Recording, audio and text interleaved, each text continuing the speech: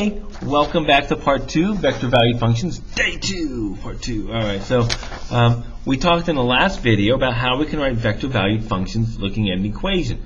And we said if we're in 2 dimensions, we really only have one independent variable, and we typically use the letter t. In 3 dimensions, we have 2 independent variables, just like when we did functions of multiple variables. So in a vector valued function, we're going to use 2 independent variables as well for vectors. We already have t, we're just going to add u to it. So we looked at an example of our cylinder, and we said, well, the cylinder is on the YZ plane, and since it's on the YZ plane, we know it opens up on the x-axis, because there's no x, it's the odd one out, like when we graph these.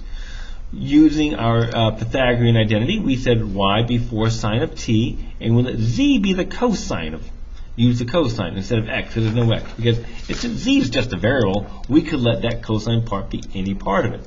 So we just chose that for the z. And again, you could have switched them around, that's okay. We typically use sine for y, so that's why I chose what I did. They are both dependent on each other, so they both got the t variable, just like we did for number 5. Now, because x is completely independent of that cylinder right there, I let x be u, so that's why we let x be u, because it's independent of the yz coordinate. It just opens up on the x, so it can be anything it wants. Now, when we get to the plane, it's a little bit different. Okay, it's a little bit different, not too much.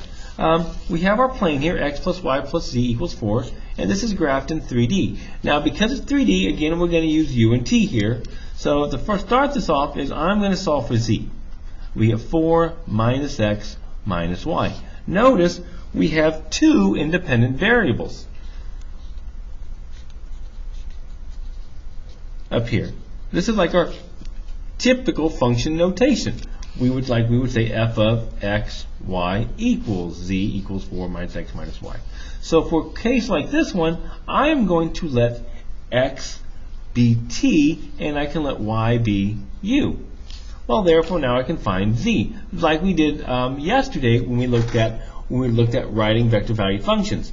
I'm writing my function in terms of x and y, so my vector valued function will be in terms of u and t, or t and u. I messed up here. That's right here. That should be t, u. There we go. Oh, I really messed up badly. That should be t, u right there. So go back and fix that if you haven't already done so.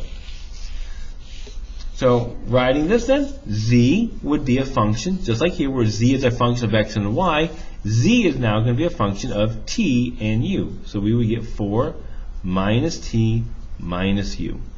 So writing this as a vectored value function, r of t u, we would get 4, in the x part would be t I plus uj plus 4 minus t minus u k. And that would be our vector valued function for our plane. And again, all this describes the path along a plane. Very easy to do. So let's talk next about how we find the intersection of a plane. All right.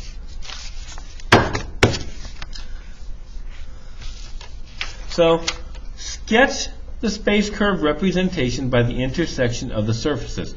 Honestly, we probably won't be able to sketch these. They're pretty tough to do, but we'll see what we can do down here. Okay, this is kind of tough right here. So let's take a look.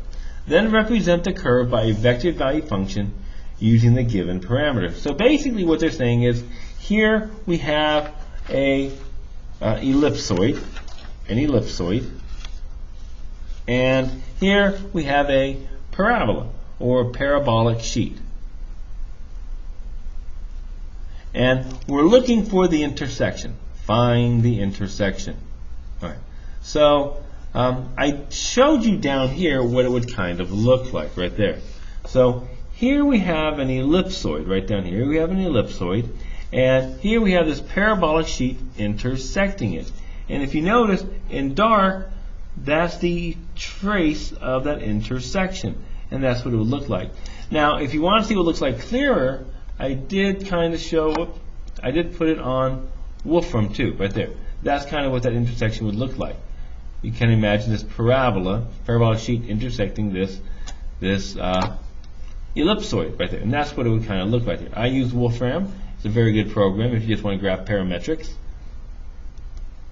So that's what would be the intersection, what it would look like. It's tough to do, to draw these, so we'll try it later on. But right now, let's just talk about how we can solve it. Well, if I want to find the intersection, this is just a system. I can use substitution. I can just, of course, plug that in. And if we were to plug this in, we would get x squared over 9 plus, this then becomes y to the 4th, or x to the 4th, excuse me, over 16 plus z squared over 4 equal to 1. And then from here, now, because I'm looking for an intersection, now this is really neat. The intersection, it's only going to be a trace. It's a trace. In other words, it is a two-dimensional image on the surface. So what's going to happen, what that means is, this is only going to have one independent variable, t. It's only going to have t. It's going to have one independent variable. So by substituting in, I can now, if I can do a little bit of algebra, I can solve for z. This is going to be nasty. Z would be plus or minus the square root of, all right, let me see, let me do z squared. Let me do a little step further. Can't do all that in my head, I'm getting too old. So z squared would equal, z squared over 4 would equal 1 minus x squared over 9 minus x squared over 16. Multiply everything by 4. We get 4 minus 4x squared over 9 minus, this becomes x squared over 4. Hold on here. X to the 4th over 4. There we go.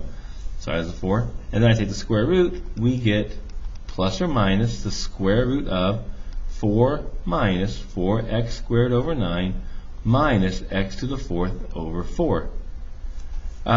We're only looking at the top half, okay, looking at the graphics, so let's only do the positive. And now we're going to find our trace. The trace, which is that intersection.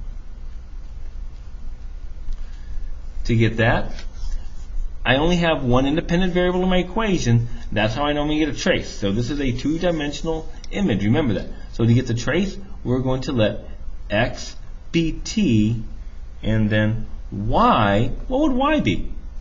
T squared. And z then would equal the square root of 4 minus 4t squared over 9 minus t to the 4th over 4. And writing your vector, r of t, would become ti plus t squared j plus the square root of 4 minus 4t squared over 9 minus t to the 4th over 4. Okay. And there's our trace. And what this does, this traces out, this is the, what is the path of the intersection. And you can even find the domain restriction on this. This is what the domain is for. Okay? I use a calculator to get the domain, where t is going to be from negative 1.945 to positive 1.945. You can even find out where the trace is going to be. And again, this is what it would look like. The trace, it's a darkened line. So you would have this ellipsoid, basically. And this ellipsoid, remember, comes up, like so. And then you have this parabolic sheet, also moving up. And it kind of can intersect, so you kind of get a shape like this. It's kind of hard to graph that. It's kind of hard to see that. Okay, for me it would look like a spanning bridge. So if you have the XY plane, it kind of comes up, comes back, and then comes down. Right up here. Anyways, we're going to spend a little bit of time on the graph of these traces later on. Hope you guys enjoyed the videos. I will see you guys later. Thank you. Bye-bye.